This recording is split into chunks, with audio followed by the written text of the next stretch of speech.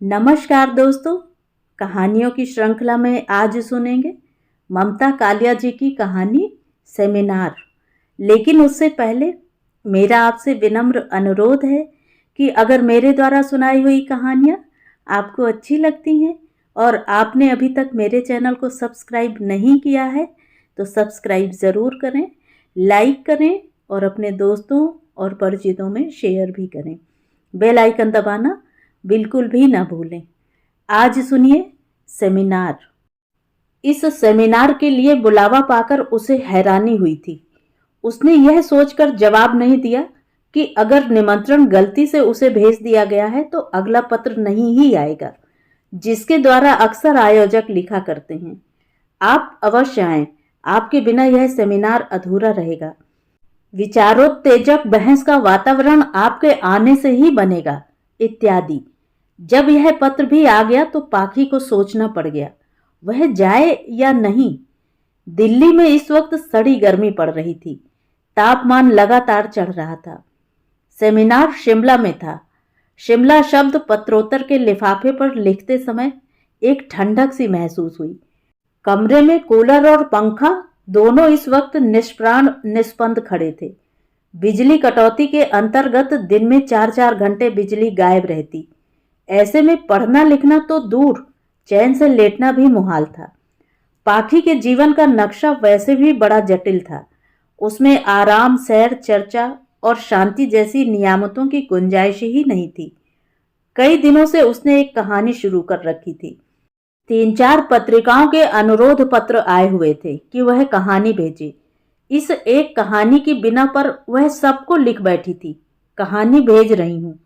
पाखी को हर वक्त उम्मीद रहती थी कि मौसम, बिजली और घरेलू हालात कुछ काबिले बर्दाश्त हों तो वह कहानी पूरी करे। शिमला का निमंत्रण उसे कुछ दिनों के लिए इन तीनों से निजात दिला सकता था, इसलिए उसने सहमति भेज दी। सहमति भेजने के बाद उसे हल्का सा पछतावा महसूस हुआ। उसे लगा वह असलियत में चंट होती जा रही है। वह जानती है इस सेमिनार में न उसकी तरह लिखने वाले लोग होंगे, न उसकी तरह सोचने वाले साथी। उसे आभास था कि इस सेमिनार में ज्यादा तादाद उन लोगों की होगी जिनका सोचने का ढंग एकदम अलग या उलट होगा। फिर वह वहां क्या करने जाएगी? तत्काल एक बेहया समझौतावाद ने उसके अंदर से अपना काला भोड़ा सिर उठाकर कहा, तुमने सहमति इसलिए भेजी है क्योंकि दुश्मन को जानने के लिए उसके करीब जाना जरूरी होता है। अपने विरोधी को जाने बिना उससे लड़ोगी कैसे? इस दलील से पाखी को थोड़ा सुकून मिला। उसे लगा वह बिना अपनी पहचान नष्ट किए इस सेमिनार में हिस्सा ले सकती है। जिस गेस्ट हाउस में पाखी और अन्य प्रतिनिधियों को ठहराया गया वह एक ऊंची पहाड़ी पर स्थित था। कमरे में 3 दीवारें कांच की थीं, जिन पर भारी पर्दे लगे हुए थे। कमरा वातानुकूलित था। शीशों के पार शिवालिक पहाड़ियों का वानस्पतिक विस्तार और वैभव नजर आया। देवदार और चीड़ के पेड़ असल होने पर भी एक नकली सौंदर्य का वातावरण तैयार कर रहे थे। अपने शहर के सुस्त मोहल्लों के पस्त परिवेश में रहते रहते इस तरह के हरियाले दृश्य के लिए आंखें अनभ्यस्त हो गई थीं। कुछ देर लगातार टकटकी लगाकर देखने के बाद ही आंखों को यह सब विश्वसनीय लगा। स्नान के बाद पाखी ने सिर को 4 बार झटक कर घर की 4 दीवारी से बाहर निकाला। खूब मन लगाकर वह तैयार हुई और समय पर डाइनिंग हॉल में आ गई। एक नजर में यह जाहिर हो गया कि सेमिनार में बहुतायत उन नफीस अफसाना निगारों की थी जो एक लंबे अरसे से मौजूदा कहानी को हल्के हल्के तराश रहे थे और जिनका अफसाना आज भी वहीं था जहां से शुरू हुआ था। वे सब जौहरी सी बारीक नजर और पकड़ रखने वाले अदीब थे। इनके लिए अपनी कलात्मकता से बाहर का समस्त साहित्य एक कूड़ेदान से ज्यादा अहमियत नहीं रखता था। कुल जमा 20 प्रतिनिधि थे जो दूर दूर से आए थे। 1-2 तो विदेश में बसे हुए कलाकार थे जो खास इस सेमिनार के लिए उड़कर यहां तक आए थे। इस जड़ाऊ हार में मंगलसूत्र के काले देशी मनके जैसी पाखी अपनी बेवकूफी या चालाकी वश आकर अटक गई थी। हाँ, उसके अलावा एक कवि और एक आलोचक भी वहां थे जो अक्सर दोनों खेमों में नजर आते रहते थे। प्रसिद्धि के शिखर पर पहुंच ये दोनों वर्गातीत व्यक्तित्व बन गए थे। इनकी रचनाएं पाठ्य पुस्तकों में जगह पाती थी और इन्हें सभी की सराहना प्राप्त थी। सेमिनार में पाखी के अलावा 4 लेखिकाएं और थीं। उनमें से 2 युवा और नई थीं, जो खींच तान कर लगातार अपनी उम्र से बड़ी दिखने का प्रयत्न कर रही थीं, और 2 अधेड़ थीं, जो खींच तान कर लगातार अपनी उम्र से छोटी और युवा दिखने के लिए संघर्ष कर रही थीं। पाखी इन दोनों प्रौढ़ाओं को पहचानती थी, क्योंकि वे लंबे अरसे से उसी के विश्वविद्यालय से जुड़ी हुई थीं। राजधानी के कला जगत की ये जान थी। शहर में कोई उद्घाटन, विमोचन, आयोजन इनकी शिरकत के बगैर पूरा नहीं हो पाता था। बहस के दौरान अगर ये किसी बात पर असहमत होती तो बाघिन सी वक्ता पर टूट पड़ती। उनके बयान तर्क से परे लेकिन आक्रामक होते। उनकी भाषा बड़ी टकसाली थी, जिनसे किसी भी सेमिनार की कार्रवाई उल्लेखनीय बनती है। एक थी सुरेखा जी, जो लंबे अरसे से बड़ी निजी किस्म की कहानियां लिख रही थीं। उनकी कहानियों में अक्सर उनके निजी जीवन की झलक रहती। अपना प्रेम, अपनी निराशा और अपना संतरास। पाठकों को उनकी कहानियों से पता चलता रहता कि अब सुरेखा जी विदेश जाने वाली हैं। अब किसी एक के प्रेम से निकलकर दूसरे के प्रेम में पड़ने वाली हैं। अब मकान बनवाने वाली हैं और अब एक कुत्ता पालने वाली हैं। प्रारंभ में सुरेखा जी गीत वगैरह लिखा करती थीं, पर बाद में कुछ विदेशी पत्र पत्रिकाओं का उन पर ऐसा प्रभाव पड़ा कि वे एकाएक आधुनिक हो गईं। उन्होंने न केवल अपने बाल कटा और रंगा लिए, उन्होंने अपने लेखन के साथ भी यही सलूक किया। उनके प्रशंसकों की एक छोटी सी टुकड़ी थी, जो उन्हें अव्वल दर्जे का कला प्रेमी और बुद्धिजीवी मानती थी। जब कहीं उनकी रचना छपती, यह टुकड़ी प्रशंसा के पत्र लिखकर भेज देती। प्रशंसकों के इस छोटे से दल की बदौलत सुरेखा जी अपने को चोटी का कथाकार मानती थी। दूसरी महिला एक प्रमुख अखबार की कला समीक्षक थी, बीना जेटली। उनका गेटअप पाखी को बड़ा दिलचस्प लगा। बीना छरहरी और सुंदर महिला थी। उसकी उम्र 25 से 40 के बीच कुछ भी हो सकती थी। लिखती वह हिंदी में थी, पर बोलती अंग्रेजी थी। उसकी कहानियां फंतासी और प्रतीक के बीच की धुंध में लिपटी रहती थीं। उसके होंठ लगातार सिगरेट पीने से जामुनी रंग के हो चुके थे, लेकिन उसकी लंबी पतली उंगलियों पर निकोटिन का असर नहीं था।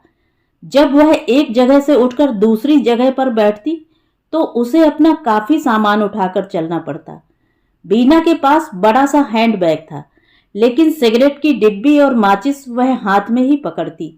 दूसरे हाथ में वह अपना जिन का ग्लास थाम लेती और जहां बैठती वहां एक और कुर्सी खिसकाकर अपना सामान उस पर बिछा लेती।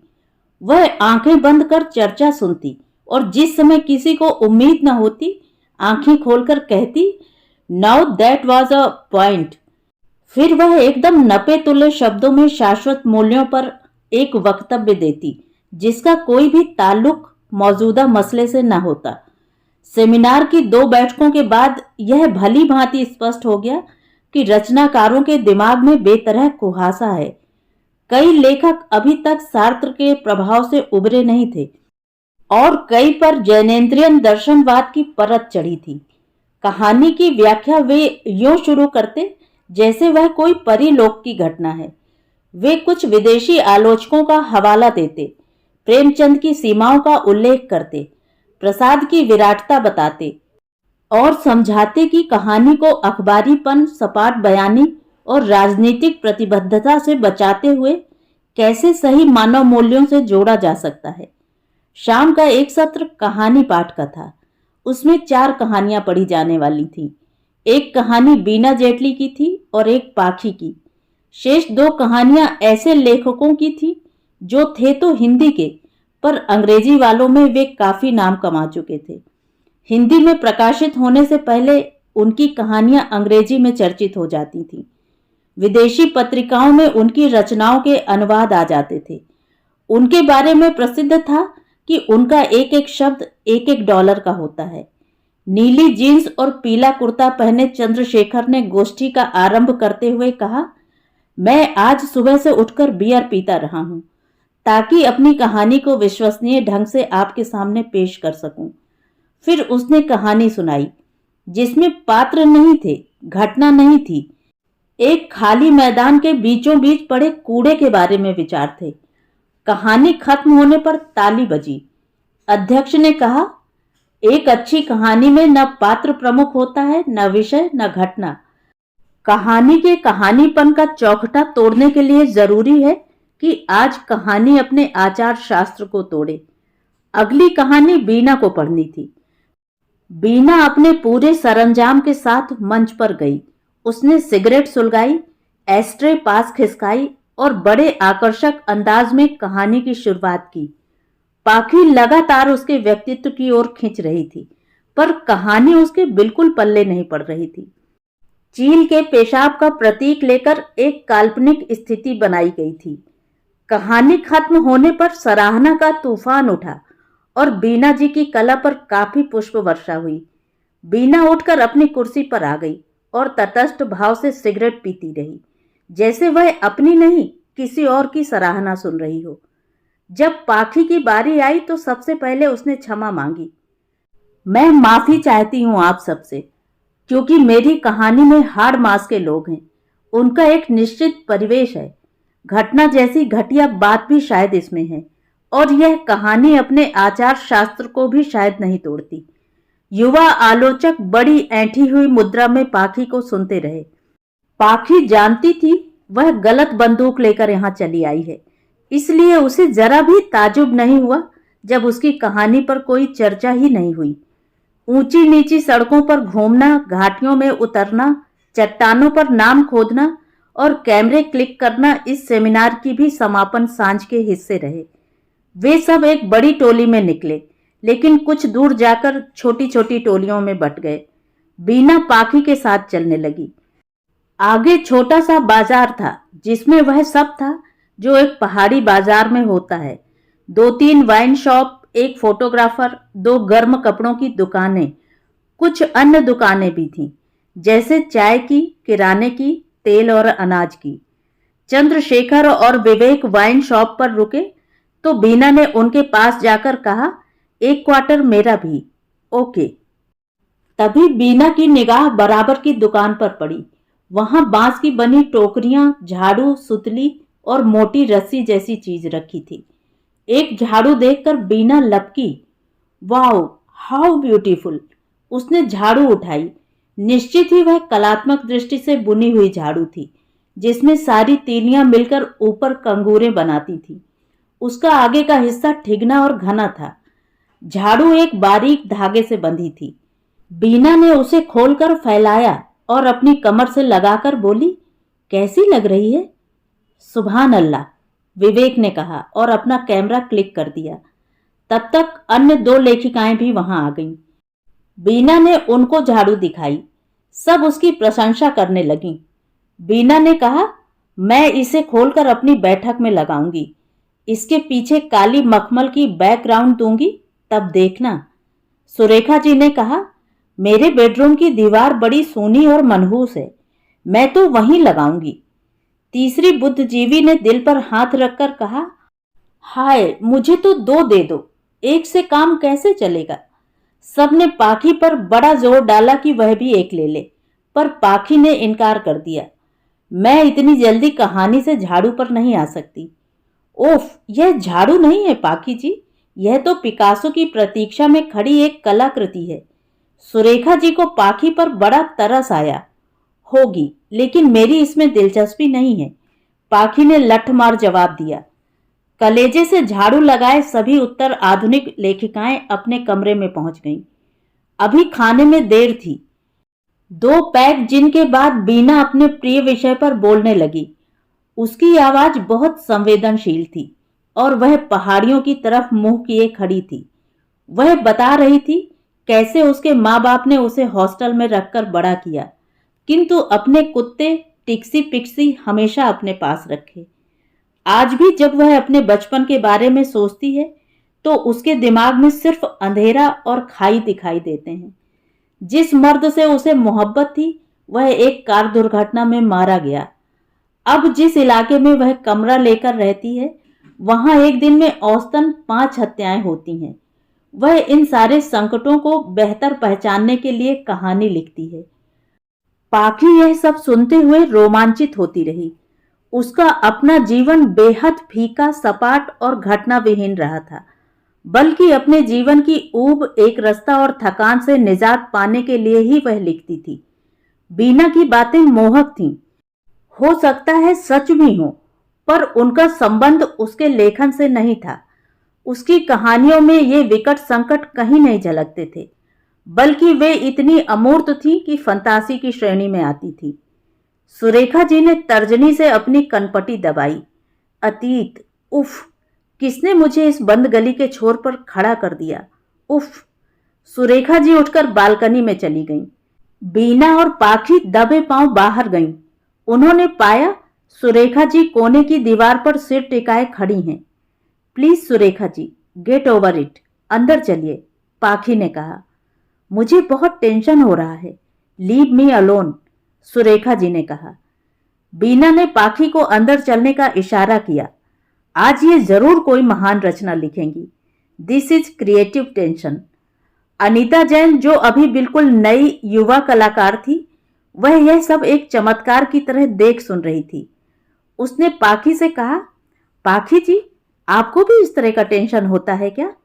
नहीं, पाखी ने कहा, मैं एक विचार के तहत लिखती हूँ। टेंशन मेरे लिए एक अनजान बात है। जो रचना बिना टेंशन के लिखी जाती है अक्सर घटिया, फालतू और प्रचारात्मक हुआ करती है, चंद्रशेखर ने कहा। विचार या विचारधारा किसी भी रचना को सीमित तो जरूर करते हैं, बीना ने कहा। मैं ऐसा नहीं मानती, पाखी बोली। आपके पास अपनी विचारधारा ही न हुई तो आप समाज को क्या देंगे? सिर्फ अपनी कुंठाएं और बीमार दृष्टि। चंद्रशेखर को शुरू से पाखी की मौजूदगी बड़ी नागवार लगी थी। उसने कहा, आपके लिए समाज खाद्य निगम का गोदाम है, जिसे भरने के लिए भारी भरकम विचार और लंबी चौड़ी विचारधाराएं चाहिए। रचना एक निजी और तरल सी चीज होती है। अनीता जैन चकित सी यह बातचीत सुन रही थी। उसकी रचनात्मक जिंदगी का वह पहला सेमिनार था। चंद्रशेखर और विवेक लगातार उसे दीक्षित करने में लगे हुए थे, जबकि वह हर रचनाकार के प्रति अभी एक भक्ति भाव सा रखती थी। ऐसा है तो आप अपनी रचना प्रकाशित क्यों करवाते हैं? उन्हें अपनी निजी डायरी में रहने दें, पाखी ने कहा। सच, मेरा कोई आग्रह नहीं कि मेरी रचना छपे। मैं पाठक के लिए नहीं, अपने लिए लिखता हूं। मैं भी के कई नकलची स्वर उठे। तभी सेमिनार के सचिव वरिष्ठ आलोचक के साथ कमरे में दाखिल हुए। माहौल तो काफी गर्म है यहाँ, उन्होंने कहा। रात का वक्त है, माहौल बनाए रखिए, सुरेखा जी ने कहा। उनका तनाव और डिप्रेशन सब दूर था और अब वे लगातार इठला रही थीं। बीना ने घंटी बजाई। गेस्ट हाउस का वेटर मान सिंह आया। ये सोडे की बोतलें हटा दो यहां से, और ग्लास भी। दरवाजे के खुलने के साथ साथ एक चमगादड़ कमरे में घुस आया था। उसके पंखे जैसे पैरों की छाया बड़ी मनहूस लगी। पहले वह कमरे की छत पर फड़फड़ाता रहा, फिर वह एक छोटे यान की तरह नीचे उतरने लगा। कमरे में उई उई की चीत्कार और सुरेखा जी के आउच, हाउ ओमिनस जैसे उद्गारों के बीच सचिव की आवाज आई, मान सिंह, इसे बाहर फेंक दो। मान सिंह काफी ठिगना था, फिर भी वह अपना सिर ऐसे बचा बचा कर चमगादड़ को देखता रहा जैसे वह उसे छूने ही वाला हो। आखिरकार थककर चमगादड़ फर्श के एक कोने में उल्टा पड़ गया। मान सिंह ने पास रखी झाड़ुओं में से एक उठाकर पूरी जोर से उस पर पटकी। मर गया साला, कहते हुए मान सिंह ने अखबार पर चमगादड़ को उठाया और बालकनी से बाहर फेंक दिया। ओ नो करती हुई सुरेखा जी, बीना और विवेक लपके, लेकिन उनकी हिम्मत उस झाड़ू को छूने की नहीं हुई जिससे मान सिंह ने चमगादड़ मारा था। इस बार मान सिंह कमरे में दाखिल हुआ तो कई आवाजें एक साथ उस पर चिल्लाने लगीं। ए मान सिंह, तुमने हमारा इतना सुंदर डेकोरेशन पीस खराब कर दिया। How mean. मान सिंह निश्चिंत हो बोला, अरे वह तो झाड़ू था। झाड़ू से बिस्तुइया चमगादड़ नहीं मारेंगे तो क्या तेंदुआ मारेंगे? उसने बाकी झाड़ुएं ड्रेसिंग टेबल के ऊपर से गिराते हुए कहा, झाड़ू की जगह यहां है, मोरी पर। यहां क्या भगवान के माफिक सजाया है? मैं आज खाना नहीं खाऊंगी, बीना ने आहत स्वर में कहा। मैं भी। I am very upset, Surekha ji ने कहा। वरिष्ठ आलोचक ने नवाब वाजिद अली शाह की तरह दोनों लेखिकाओं के कंधों पर हाथ रखते हुए तसल्ली दी। Now come on, don't be fuzzy. Pakhi ने जोर से कहा, मुझे बहुत भूख लगी है, आज तो मैं खूब खाऊंगी। सभी कलावादी बेजान कदमों से डाइनिंग हॉल की तरफ बढ़े। उनके चेहरों से लग रहा था कि वे कोई गहरा तनाव झेल रहे हैं। तो ये थी कहानी। कहानी आपको कैसी लगी? कमेंट करके ज़रूर बताएं।